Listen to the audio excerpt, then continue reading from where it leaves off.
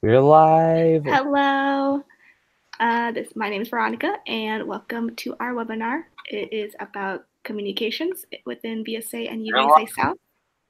And I have two special guests here from eBoard. You would like to introduce yourself? Yes, so first, hello there. I'm Ryan Valdez, and I'm the current and outgoing president for UVSA South. Ooh. Hi guys, my name is Lillian and I am the current and outgoing secretary. All right, so this webinar will be about an hour long.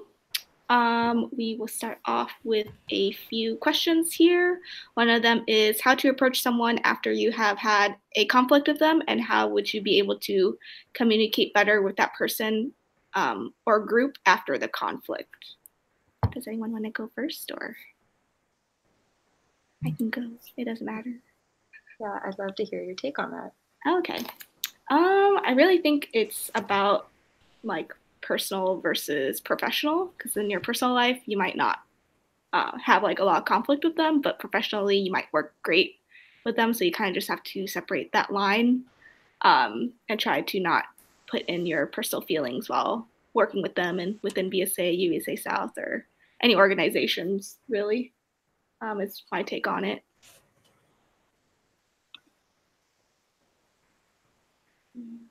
I don't know if anyone else disagrees, has another side.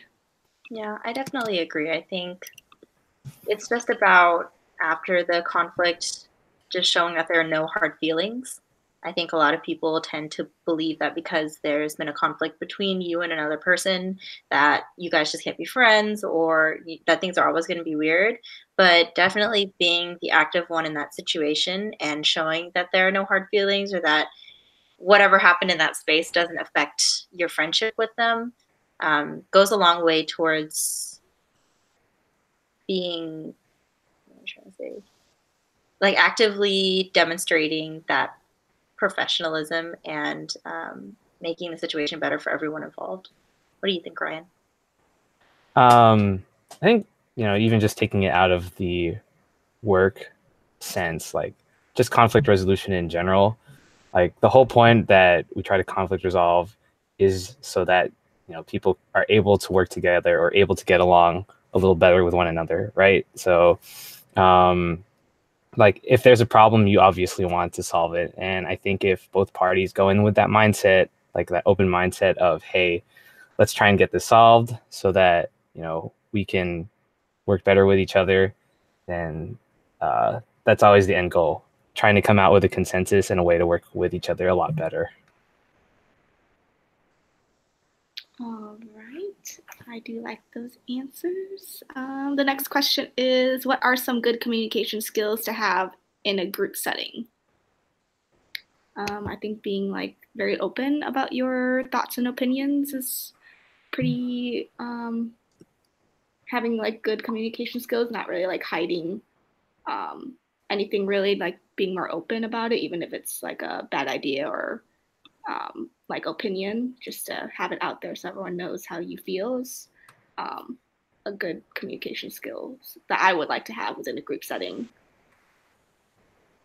Yeah, I don't know. I feel very strongly that leaders in our community need to be active communicators. I've said this a million times, but what I mean by that is, like, even if you had, let's say, two hypothetical people, right? And you have one person who's not a great communicator, but you have one person who is an active communicator, then that person is going to go out of their way to make sure that there are no miscommunications. They're always going to ask questions. They're always going to go the extra mile to and not be passive. And then if you had another situation where you had both active communicators, that's like the most ideal situation. But if you are an active communicator and you're always the one who just, I guess, ensures that there's no, like I said, miscommunications, that you're asking questions and things like that, you can almost really never go wrong because you're you're always reducing the margin of error. So I think that's a huge, huge thing that leaders need to have. I think with group setting communication, if you're part of that group, right, like you're not the moderator in that communication, then I think the important skill is going to be just striking that balance between being able to listen and be able to speak your mind. I think, how do I put this? You always want to be able to express your opinion. Me personally, I don't want anyone to ever feel like their opinions are suppressed or they couldn't get their thoughts out, because I think everyone has something to contribute. At the same time, being able to listen is going to play an important part in hearing like all sides of a conversation. So even if you feel really strongly about something, and you think, you're the most correct, you still need to be able to hear other people out, because everyone brings their own perspective. And it's important, for just, personal relationships and group dynamic to be able to hear people out. Now, if you're a moderator, then that's kind of a different thing. If you're overseeing a conversation, then it was a little bit mentioned before, but making sure that a conversation is heading in a productive manner, like you're always heading towards your end goal, is important, as well as making sure that everyone's thoughts are heard. So, in that situation where there's someone that's more quiet, once there's a little lull in the active speakers, then you can say, hey, do you have any thoughts?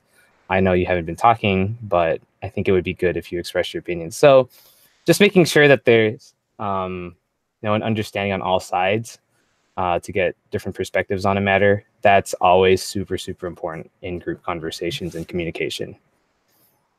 Yeah, I've noticed that some people are kind of scared to put their opinion out there in a group setting, which I don't know, it's really weird, because I'm like, why not just put everything out there? So A, they know how you feel, and there's other ideas out there that you can kind of bounce off of, and B, there's really nothing to be afraid of, because in a work group setting, any idea is a good idea. It might not be the greatest thing to have idea, but at least it's out there and you can modify it whenever you want. But yeah, I totally agree with Ryan and Lillian about the listening and being more active. Yeah, I think going off of that, some other group setting stuff that I've noticed. So I totally get where you're coming from, because we do work in corporate America, I guess. It's easier for us to feel empowered to speak our opinions and things like that in our teams, depending on what kind of work environment you have. But I just feel like in VSA, people are a little more reserved with their ideas, I guess, because it's a more closer circle of people who are actually your friends, and you're your friends, you're for it. Yeah. Mm-hmm. And I don't know, that's definitely something I see, and I wish that people would have that mindset about it, that it's not any different from speaking your mind in group projects in class, or if you had a job in a standard 9 to 5 and you were expressing your opinions and how to do better in that job. I feel like people are more comfortable doing that for some reason than instead of in the VSA. Yeah. I don't know. It's a VSA is their own little bubble, and then I also work in the corporate world, so I'm just oh, ideas here, thoughts here, just kind of throwing it out there, and then I do VSA work and everyone's quiet and they don't like to express it sometimes, which concerns me, because I'm oh, what's going on with your e-board that you're in at your school, or how are you conducting yourself in CPP or alumni relations or whatever, so I see that too. Yeah, for sure. And I think it's just because I don't want to say it's because it's a different group of people, but I think when you delve into the demographics of VSA, the experiences that people have vary widely. Some people have never had jobs, some people are still in school. And then obviously you throw in the fact that this is kind of a passion project. We're not necessarily paid for this. Yet different varying ways of thinking. And so I think one of the things that really helps with that is just, especially from the top, encourage people that are less likely to express themselves. Just give them that confidence to do that, and just fish for those those ideas out of them. Yeah, I guess people forget that VSA is a volunteer, nonprofit work. So you're kind of doing it because you're passionate about the community, and then you kind of forget that these are your peers, around the same age group, whether you're in college or out of college. But yeah. Here, next question is, do you have to be a people person to be a good communicator? I don't necessarily think so. Like, you can be an introvert or extrovert, but this is kind of like bouncing off of the last question. Kind of just have to be really open-minded to be a good communicator. But I don't know if Lillian or Ryan have anything to add to that. I think it depends what kind of communicator you are. So, yeah, I don't think it's specific to being a people person. I think it's just about effort. Communications always boils down to effort as opposed to personality. IMO. I think that, at a basic level, it doesn't take much to be a good communicator. So you don't have to be a people person. It's just, it really is a matter of, being able to express yourself.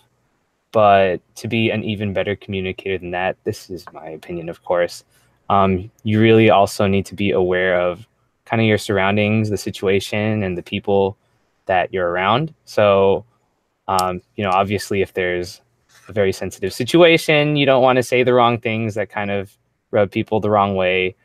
Or, I don't know. I run into a lot of situations where in conversations, people say some really off the wall things, or something is said and then everyone else just gets a little bit uncomfortable. So having a sense of awareness as to what you say and knowing like the timing and the people, the audience you're talking to, is also important in being an even better communicator than just the basic level. Yeah, I guess like dynamics and people really affect how you can communicate too. Okay, the next question is, what are some things that would affect a group if there was a communication error made on either party? I don't know. I think it just depends on the situation, really.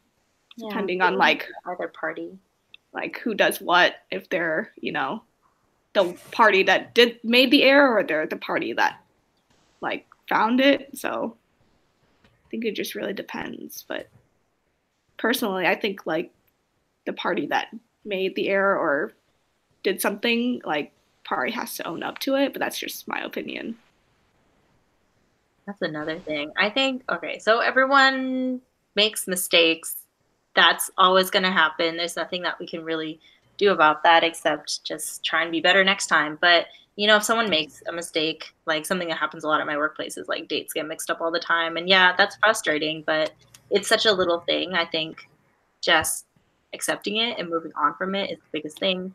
It actually goes back to your people pleaser thing, because if you're out for blood and you're like, you gave me the wrong date, it's like totally going to mess up my whole life, then that's so not productive and that's not the goal.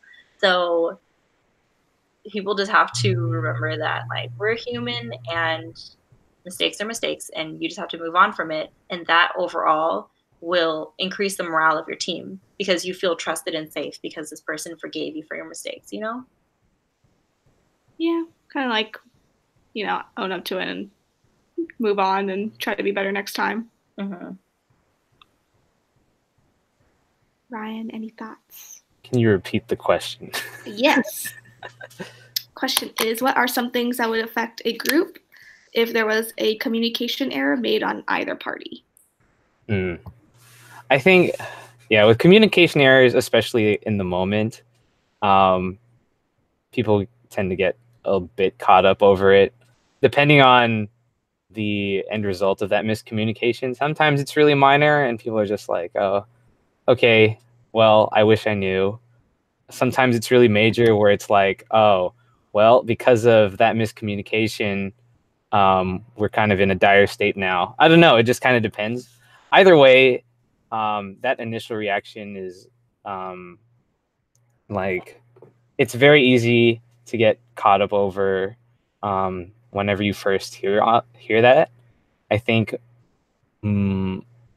like just to improve ourselves on it, it's best to kind of, like Lillian said, it's more productive to find solutions than to like complain or bash on whoever did the miscommunication, or even if it's you, like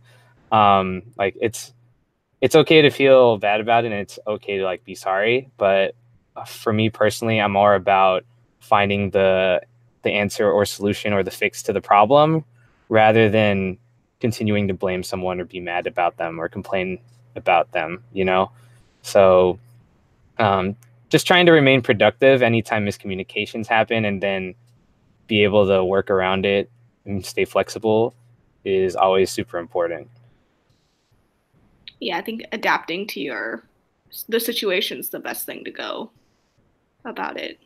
Yeah, and then on the other side of that, imagine if like you're the person who made the mistake and you're kind of holding on to it while the rest of the team is like trying to move on. That's another thing too. Like you can forgive other people, but you have to forgive yourself. Otherwise, if you're like, I don't want to do this because I think I'm gonna mess up or something like that, instead of just like moving forward with the team, that's huge too. Oh yeah, dwelling is like the worst thing, I think, especially when like it's like a project and like every part has to be moving, and then you're kind of just like sitting there like, I'm scared to do this. Like, yeah, I had something like that at work like a couple weeks ago. I was like, Yeah. I guess, yeah. Same. It was kind of like a situation there. Like, so it was like this message that needed to get through went from point A to point Ryan, and then it never reached anywhere. I was just like, I'm sorry. I'll try to relay it next time. It's just too easy with emails for people to just like to just not read stuff fully in it. As much as it bothers you, you can't be too mad at them for too long. Yeah.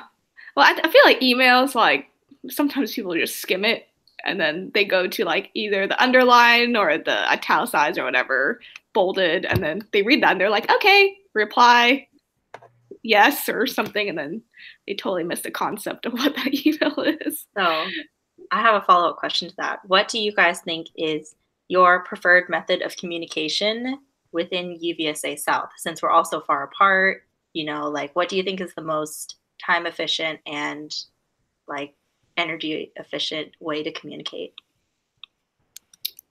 I think Facebook Messenger, like everyone, everyone's on it. Well, hopefully.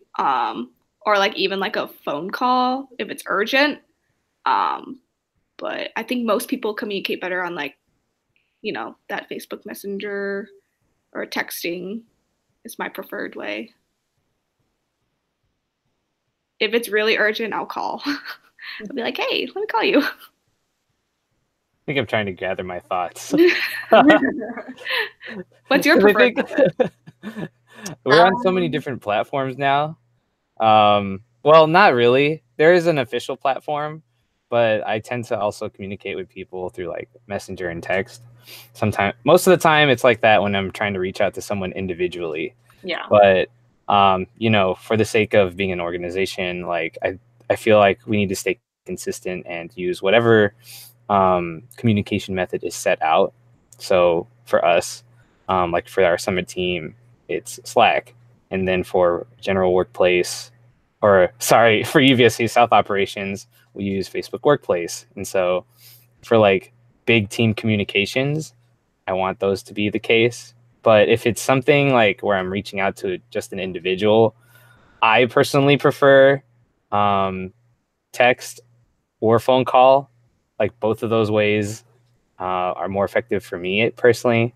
Facebook, I don't know. Maybe it's just because I haven't been active on social media lately.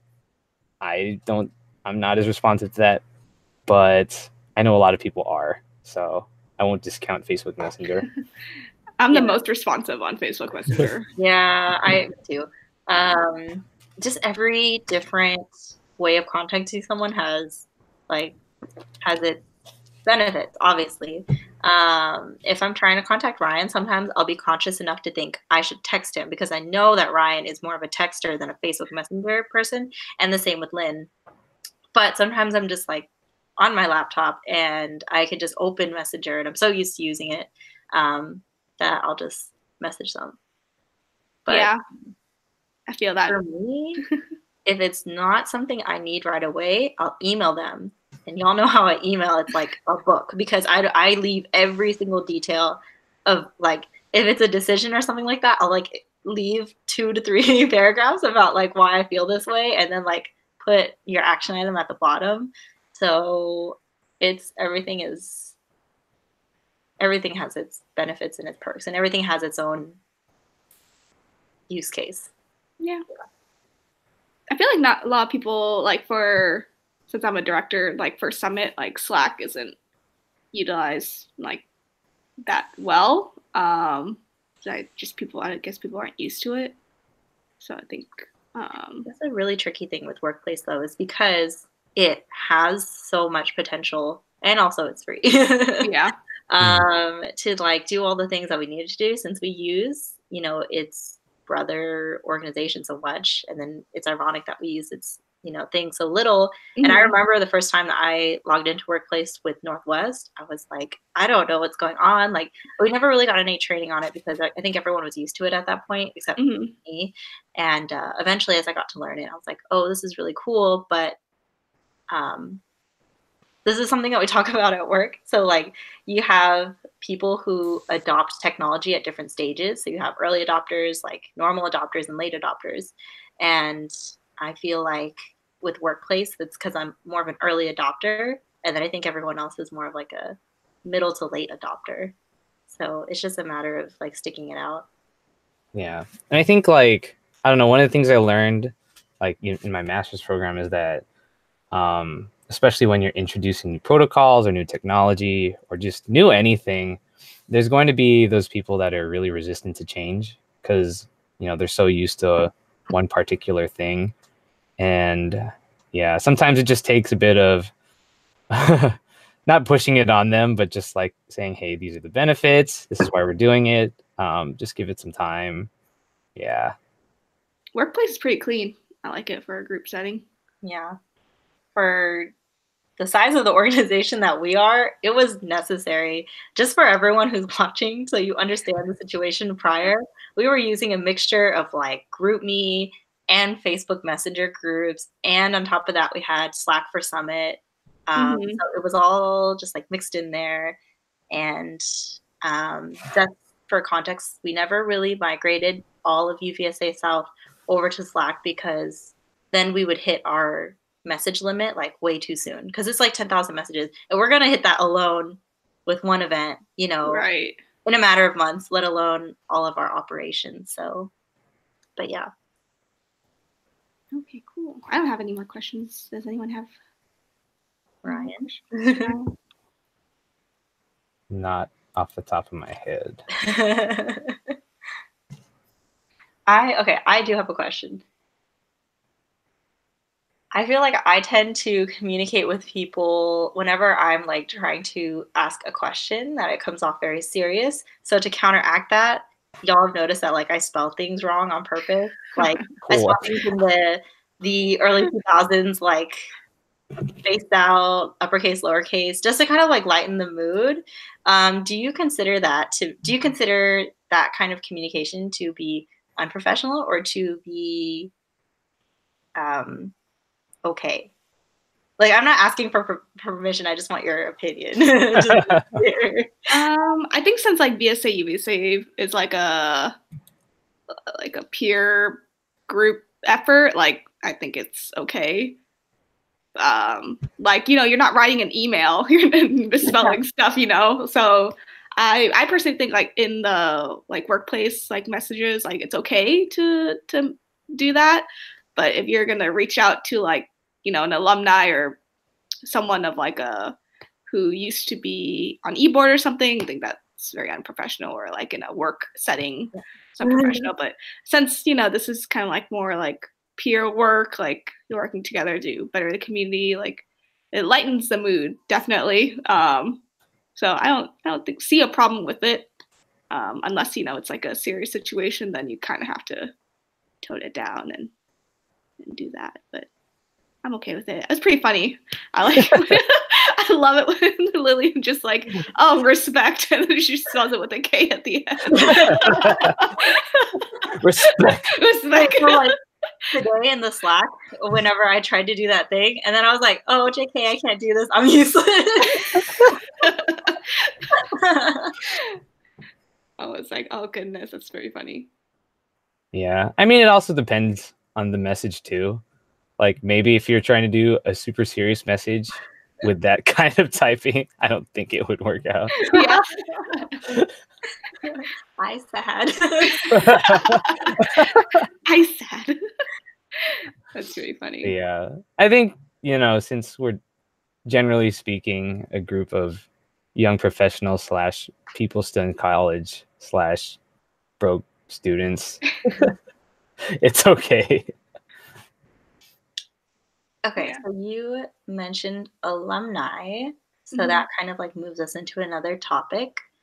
What are y'all's take on approaching alumni and staying in contact with them? Generally, just keeping that line of communication to that different group aside from UVSA South, because they definitely are a separate group from our staff and our member schools and things of that nature, and we do treat them differently. And that's a very difficult bridge for a lot of our members and our staff to navigate. So, what are your thoughts on that? I think the alumni, they can be various ages. It's just that they've been doing VSA work for a while. But I think it's pretty hard for someone who's, like a freshman or sophomore in college, and then you have someone like soon to be Ryan, who's going to be an alumni. And like, that bridge between like years of being in VSA versus like 1 or 2 semesters, it's probably hard to kind of like, relate. So I think like, I don't know, I just think it's really hard to just have the younger generation like relate to an alumni who's been working for a while, and stopped doing VSA work. But hopefully we'll be better at that. We've got a comment in the comment box from Nancy Lay. It says, "Wow, H low from NorCal UVSA." Hi, Nancy. Hello. Thanks for the love. I don't know. It's like, it really depends, because on the alumni, is it the way, some prefer emails and some prefer like a more casual phone call or text or, even Facebook messaging. So for me, it really depends on the alumni. And you can even ask them to go out to get coffee, dinner, whatever, talk about, the current events coming up or what they want to see improve within the region. So that's my take on like how to approach an alumni, since I'm bouncing around. So, just interrupt me whenever. What was the original question? Was it just like reaching out to them, or was it just like how do you communicate with alumni and like stay in communication with them? Okay. Yeah, I think depending on how big of a gap there is between like generations of, VSAers or UVSAers, it can be kind of hard. Like, I remember like last year, our alumni chair was trying to reach out to like some really old OGs, but there was no like personal connection there, so it was a little harder. Whereas like someone like me reaching out to some of the younger alumni that just recently became alumni, it's really easy. Just because like at some point in time we worked on something VSA related before, and so the larger that gap is, even if it's just a generation gap, it can actually be kind of hard. So if there's someone that can kind of facilitate that bridge, like I don't know, myself connecting someone that's coming in with one of the OGs, since I could act as that bridge, then it could be a little bit easier, and then from there we can like start a conversation. But I think without that bridge, I understand that is a particularly hard undertaking. Yeah. I think it can be quite intimidating because, alumni is just like own their own bubble. Like you kind of, we do treat them differently, like more professional in a way. So I think people who are, you know, maybe on staff right now or for Summit or even like South general staff, they kind of get scared when we talk about alumni. But I think like, you know, they all just want to better this region or see the region thrive throughout the years. So there's really nothing to be afraid of. Yeah. You kind of just have to know how to reach out to them and go from there. There's also, it depends on the alumni too. The more involved an alumni, well, generally speaking, I feel like the more involved an alumni was previously, the more they're willing to, you know, be easy to reach out to and ask for help. On top of that, like even as we spoke before, some people have different communication preferences. One good example was like I was emailing one of the OGs, Mike Laveau, about something. I was emailing him, and then at some point he just like either texted or Facebook messaged me, and he was like, "Hey, I understand you're being professional, but don't worry, you can just Facebook message me. It's fine." Even though it was a UVSA South matter, he was like, "It's okay. You can communicate to me via Facebook." I was like, "All right." I feel like that's actually kind of a separate issue. Well, that's like a solution to the issue, but there's a totally separate thing. So I feel that we have a tendency to treat our alumni with like white gloves, which is totally fine. But the way that we interact and speak with them, we have all these different rules that we want to be respectful and we want to talk to them about serious topics and, you know, ask them about their career and stuff like that. And as, you know, someone who is older than the current generation coming into UVSA South, whenever people do talk to you like that, it's difficult to generate a real like interest or a real connection over that, because it's like you're talking about credit cards and like your job and you're like where you went to school and like all that basic stuff. So it's just really hard because whenever you have alumni, you can never tell, can I be real and have like a silly conversation with them, or do I have to put on this persona as like a more serious young professional and talk to them in that capacity? Because we always default to the latter, and because of that, we don't connect with the ones who really just want like a genuine friendship. I feel like all alumni want that, but like, you know how we just treat them just like, oh, they have a real job and you know, they're like people, guys. Yeah. Damn. Okay, so I have a question. How so I'm on alumni relations committee, but one of the issues is like how do we retain like more alumni, or how do we keep them interested? Since I know that's like an ongoing I wouldn't say issue, but something that we're working to improve. So my question is, how would we as a region keep alumni more interested in what we're doing?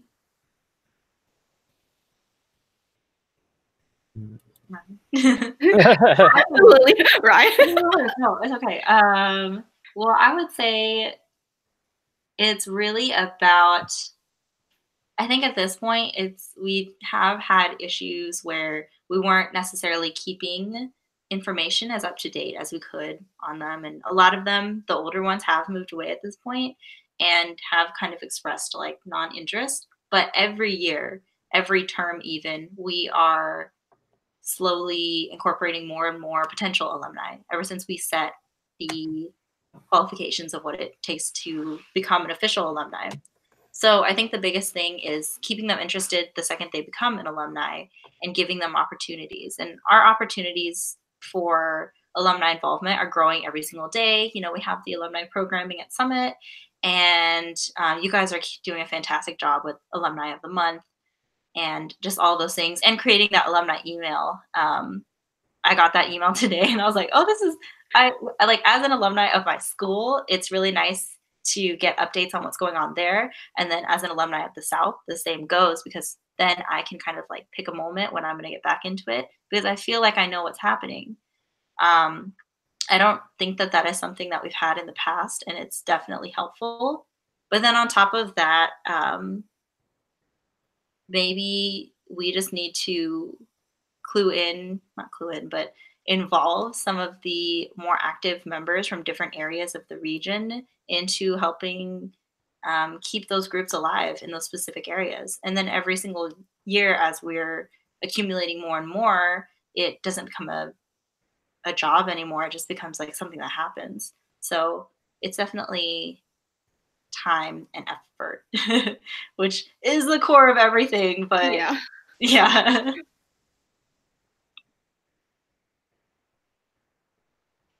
I guess I will. I don't know. Based off of some of the alumni that I've interacted with, I think the one thing which actually circles back to like the purpose of this webinar is just them wanting to know what's going on with UVSA South. I think there's been a little bit of like, or like in general, you know, broadening it outside of UVSA South. Sometimes there's constant communication, you know, especially when events come around. Alumni get reached out to a lot, but then sometimes there's not a real sense of, hey, what's going on with the organization, or like, you know, updates on some consistent basis. And so I think having that some like in some form or fashion, just, hey, alumni, you've been involved for like with this organization for so and so long. Here's what's been going on. You don't need, you know, you don't have to request something out of them all the time. Sometimes it's just nice for them to hear what's going on. I don't know.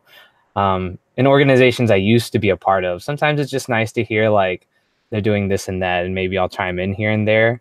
But you know, I think that would be like, for any one that's listening, that's part of an organization, I think that's always a good place to start. If you have like zero alumni interaction, I think that's always a good place to start. So we have a question in the side chat, and I'm trying to find the answer. Mm-hmm. It's in our constitution. But hi, Asia. Thanks for joining this live stream. And the qualifications to become an alumni are We have it in the Constitution. following. I have the Constitution pulled up, and I'm like, this was recently implemented. Yeah, by the way. So I should know this. Come on, where is it? The qualifications are the following things. Okay. Section 5, alumni membership and definition. So an alumni of UVSA South shall be defined as one of the following: any individual that has served as a general board, general staff, or executive board member for UVSA South, or any individual that has served as an executive director or director for a UVSA South event. Certain individuals who have been heavily involved with UVSA South to be determined on a case-by-case basis by the executive board and the alumni chair, I guess addendum, and or the alumni committee in this case. So we have one this year. So there you go, Asia. Sorry, what were you saying, Ryan? No, I was saying like, since this was a recent implementation, it's kind of like this term was definitely one of those things where let's see if this definition will hold or if it provides good purpose. I'm sure that throughout the years, this definition will most likely change, but previously we did not have an alumni definition, spurred by actually one of our general staff to have something. So yeah, there you go. And you're welcome. You're welcome, Asia. You're welcome, Asia. Oh my gosh. We are here for you. So yeah, I mean, it always takes, I guess defining the point at which someone becomes alumni is so important to retaining them, because it happened to me when I graduated my school. I got the alumni email from my school and my sorority. Asia said, "Thank you, Ryan." And then in parentheses, "That's my prez." Oh my God. But you get that email, and then after I served on UVSA, I got that email that tells you how to fill out the directory. So just like getting through the door the second that they are like up with something will help you guys. Well, not you guys, but like help whoever takes over the directory in the future. Or even if your school wants to start an alumni program, like just reach out to people who have always been supportive of you or who might have that. Just reach out to anybody, actually. Like, but you have to catch them before they slip away, because Yeah. I want to say like the threshold is maybe what, 3 years, 4 years, 5 years, and then they're just like gone. Yeah. Not that they can't come back, Their but own things, it's yeah. difficult. It's hard to come back to something when you've, finished whatever you've done for Yeah. that organization. Like you're there. Well, I say like you, but I feel like people are typically there to support afterwards, like if they're needed, and then afterwards they're off to go do their own big adult life things. Mm-hmm. Okay. Any other questions? Ryan, do you have a question? We're just putting Ryan on. Well, okay, just a reminder for our viewers, because we do have a couple of viewers, but it's awesome. If you guys have any questions, just post them in the side chat and we will answer them as they come in. I want to talk about, where is it? I wrote this down somewhere. Okay. So let's say that you have something very difficult that you need to tell somebody. I'm going to use a kind of specific example. Let's say that somebody keeps, yeah, I can't use that example. Oh my god! I was going to use a work example, but then I was like, this is public. So let's just say that like somebody keeps abusing your kindness. How would you go about confronting that person but not making things awkward? Kindness as in like support and like being Like, there, or kindness I need the definition of kindness if we're going. Well, like you going above and beyond to help this person constantly do things. And they abuse it. Mm-hmm.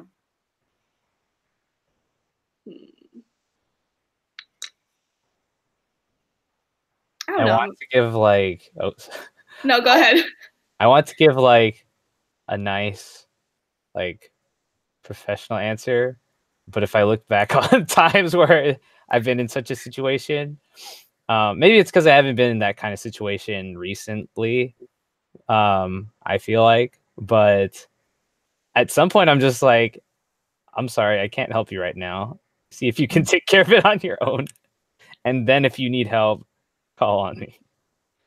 I don't know. I guess because my particular situations, it's been like they need help with something or they would need me to do something. And after a point of noticing it, I'm just like, I don't think I can do it right now, but I also think you are able to handle it. Yeah, I don't know. That's a more indirect way for might not be the best way, but that's what I look back upon.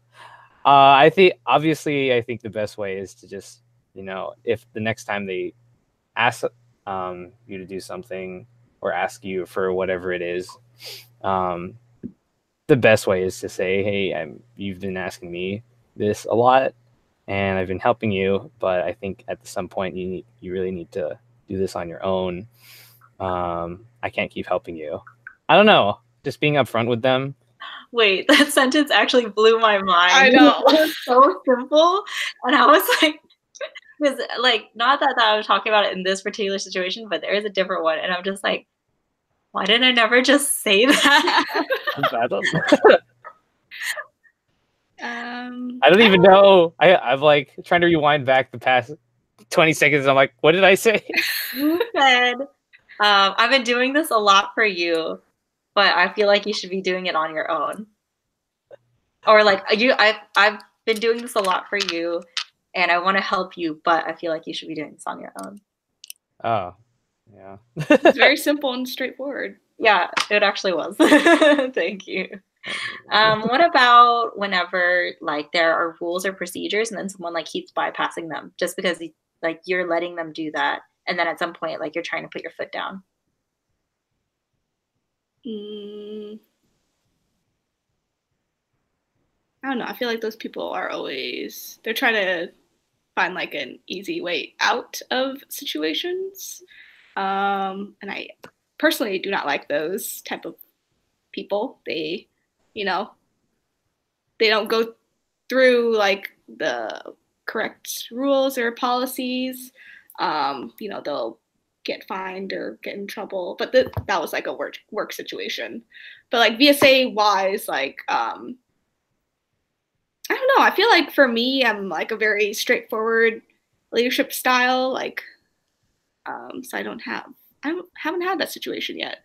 I feel like I always put my foot down either way. Like, you can't just get away with not following, whatever rules or procedures we have. Like, you kind of have to go through it and then we'll figure out a way. But I don't know. That's an interesting question because I haven't actually personally had that yet.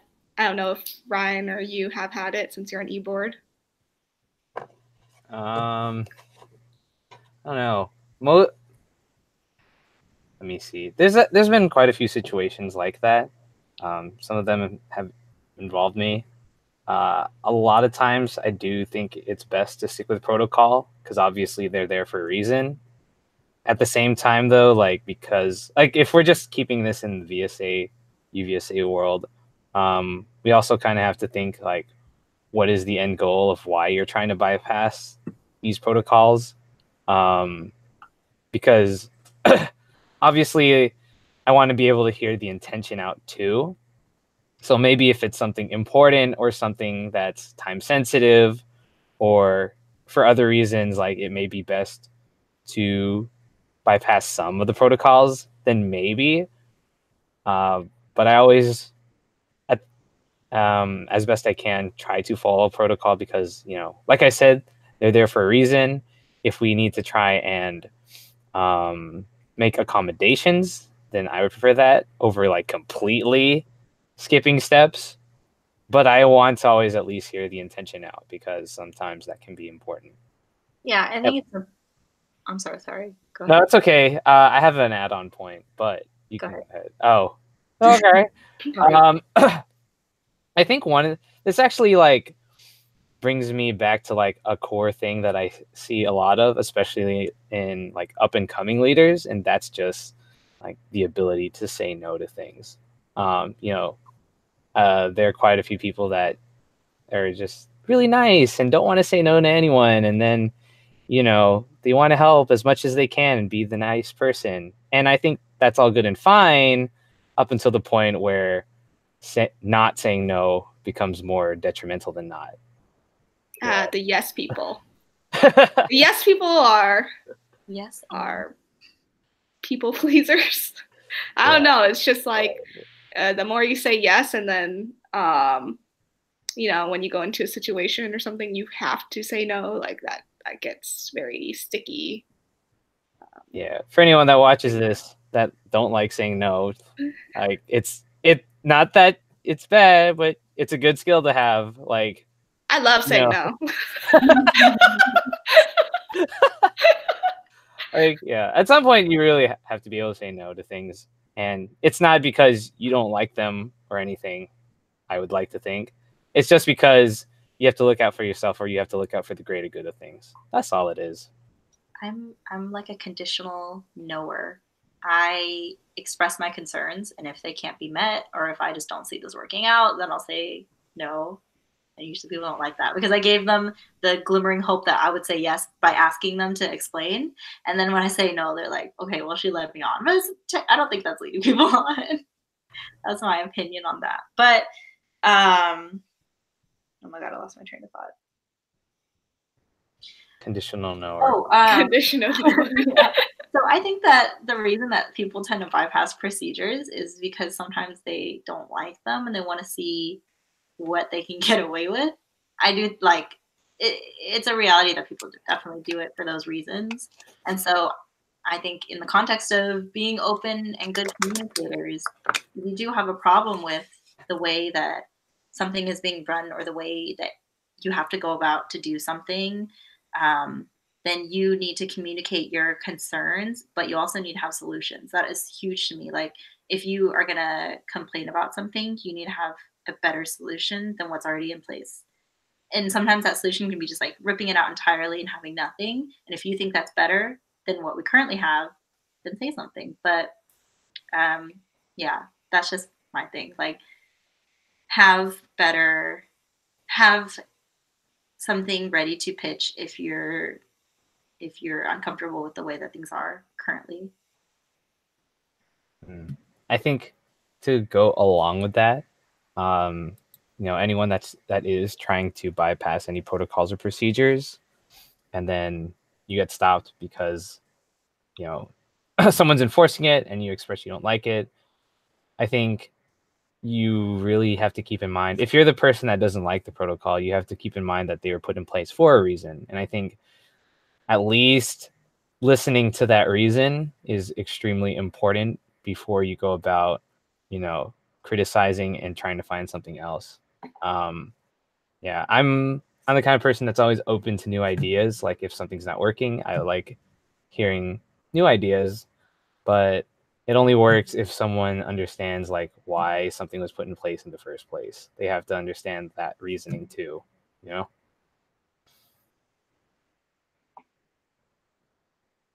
Right. I completely understand. Mm. Okay. I have a question. What do you guys think? I have a lot of questions, so It's okay. I might have an answer. We might have an answer. Okay. So what do you think is the best way to air frustrations that you don't think are two-part question? What do you think is the best way to air frustrations that one-part question? What do you think is the best way to air frustrations that you don't think are important enough to like bring up to a group or to a manager or to the person that you are mad at? Personally, if you are frustrated with someone or the situation, it has to pertain to that person or situation. You can't just complain or criticize them just because you don't like them. Like, depending on the, if you're in a situation with someone and you don't like how they're acting or how they're going about something, but then you chime in and say like, oh, I just don't like them. That's not something like, I personally think that's not something that you can do, because if it doesn't pertain to the situation or to the person, it's just useless facts. Like, everyone knows you don't like them, but why don't you like them in this situation? Why don't you want to deal with them within the situation? So for me, it always has to be pertaining to that person, to that situation, but you can't just like blow off like facts about like listing off like what you don't like about them and then just not have anything about that situation. I'm saying situation a lot. It's fine. That's how I feel, but I do that at work and through UVSA. So. I'm stewing on the answer. Do you have an answer? I think if I'm going back to like the conflict resolution part of this conversation, if it doesn't bother you enough to bring it up and try to find a solution, but it does bother you enough to where you're slightly frustrated, I feel like it's a little rough. Like, I feel like someone, like, you need to eventually find yourself on one side of that fence. Either you're not going to do something about it or you are. If you get to the point where it's not bothering you enough to like directly confront someone about it, I think I look at some of the things I've done, and it's one of the things is I separate myself from something that's not productive for me. So if I'm originally part of if I'm next to a negative influence, but I don't want to bring it up, then I will simply try and minimize the amount of time I interact with that negative influence as much as possible while still being able to do my job or perform my responsibilities. One of the things that we have in the military is you always have a supervisor, but you always have a second like person you can go to. In our case, it could be like the first sergeant or like one of the officers. In that situation, like if you feel uncomfortable bringing up something with your supervisor, you can go to your second point of contact and kind of vent your frustrations there. And then depending on how you want to act, you can have that person do something about the situation. I don't know. It's a little rough because if you can't, obviously you're always encouraged to do something about it yourself. But if you really find it's uncomfortable or you don't know how to, I think it's useful to have someone else you can go to. And if that's not possible, then and you're kind of stuck, then it's, I don't want to say like just deal with it, but sometimes that's kind of what you have to do. And that's kind of hard, but I don't know. I think we always definitely build up conflict more in our heads than what it actually ends up being, because you're like, okay, I'm gonna go tell this person I'm so mad at them, and they go up there and you're like, I didn't like what you said to me last Friday, and they're like, oh, sorry, and then they like turn around and continue working, and you're like,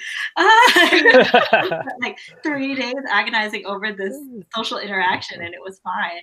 So I don't know. I mean, I always, in those situations, this is why I think it's so important to have friendships and aspects of your life outside of VSA, is because sometimes you need somebody who's not there, somebody who you know is like completely impartial, to tell you if you're upset over something that probably isn't productive and you should like get over it, or hey, this person's kind of taking advantage of you and you aren't responding in a way that's like fair to you.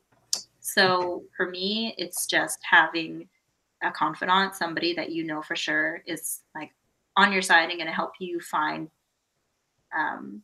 the best course of action, and then confiding in them about whether or not like you should confront this person or not about whatever the issue is.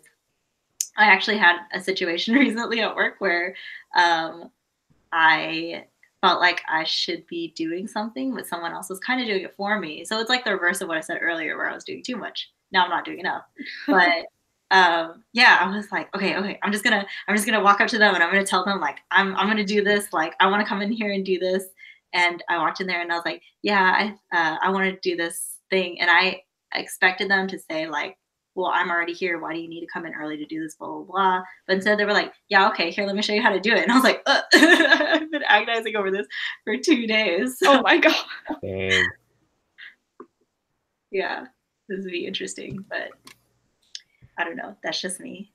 Yeah. I mean, I don't know. This is a little more philosophical, but I think it's really easy to just get caught up over something bad happening versus something good happening.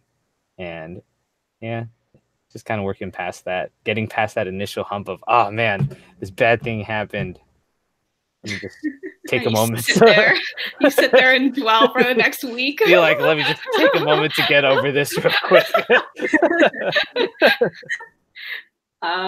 So I think we should wrap up and maybe impart one last piece of communication advice to our audience.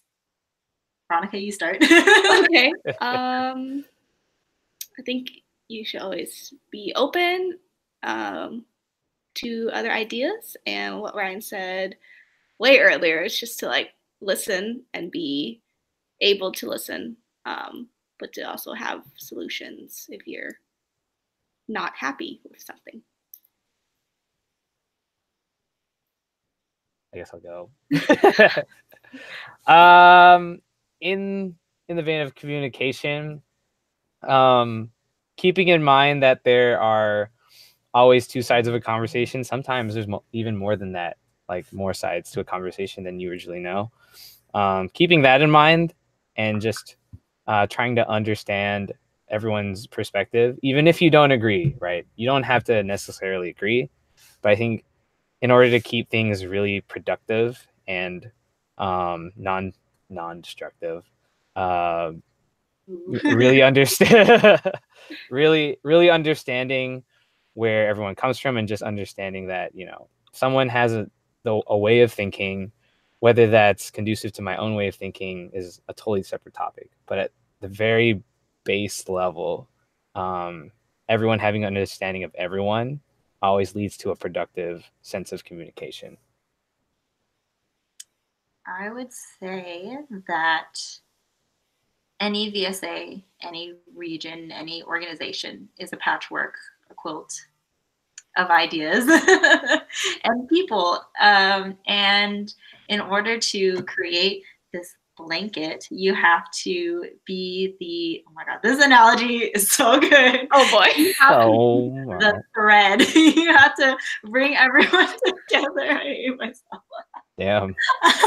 You have to be able to, like everyone else has said, understand other people's perspectives, and bring them together and have them accomplish a higher thing. And, you know, if you're disagreeing with somebody, you know, you should try and remember that it's not just the two of you, that there's a lot of other people in this organization who can help, like, bring you guys together, whether you need a conflict mediator or somebody who will help you find a middle ground. Just make sure that your intentions are for the good of the organization when you're communicating with other people, and not just the end goal of being right or getting your way. That's a really huge thing in terms of teamwork and leadership. And it's something that you should always keep in the back of your mind. Yep. Alrighty, and we are going to cut this Q&A at 9:02. Thank you for everyone who's joining. Thank you guys for joining us. Yes. Thanks for joining. I'm gonna eat my chicken. Put that on the video. Oh my gosh.